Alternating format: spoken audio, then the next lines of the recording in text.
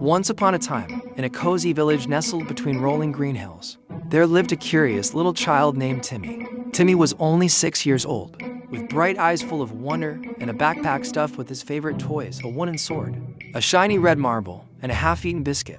He loved exploring, and one sunny afternoon, while chasing a fluttering butterfly, he wandered far from home into a misty forest he had never seen before.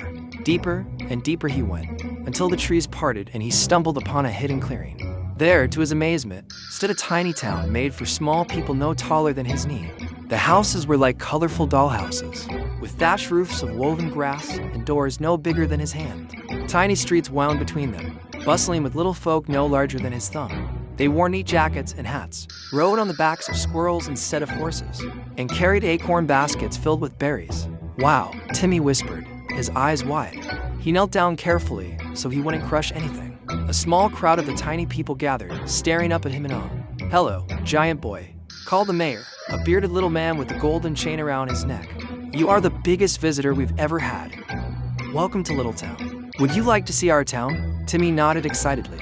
The mayor led him on a grand tour. First, they visited the bakery, where bakers no bigger than Timi's fingers rolled dough the size of peas, and baked bread that smelled like warm honey. Timi gently took a crumb they offered him. It was the most delicious bite he had ever tasted. Next, they went to the playground, where tiny children swung on spider silk swings and slid down blades of grass. Timi laughed and tried to join in, but when he reached out to push a swing, his finger accidentally knocked over the whole playset. The little ones tumbled softly into a pile of leaves, giggling but a bit shaken. "Oh no," Timi said, feeling sorry. "I didn't mean to." "It's all right," the mayor reassured him. "You're just very big." They continued to the market square, where merchants sold shiny buttons as shields and dewdrop necklaces. Timi wanted to buy something, but when he reached into his pocket for his marble to trade, it rolled out and bounced like a boulder through the square. It smashed 3 tiny carts and sent everyone scrambling for cover. The little people screamed and ran. Timi tried to help by picking up the marble, but his hand was so clumsy that he accidentally stepped on a vegetable stand, squashing tomatoes the size of his freckles. "I'm sorry," he cried, his cheeks turning red. Tears welled up in his eyes.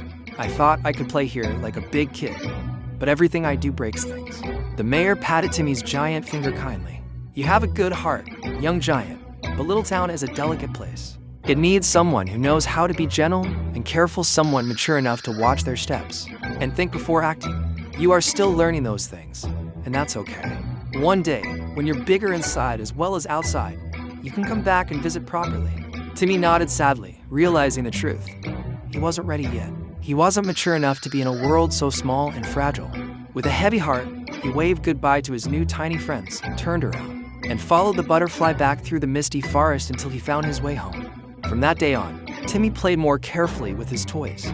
He helped his mother without being asked, and he practiced being gentle with ants and flowers. And sometimes, when the moon was bright, he would look toward the forest and smile, knowing that one day, when he had grown wiser and more careful, Little Town would welcome him again, not as a clumsy giant, but as a true friend. The end.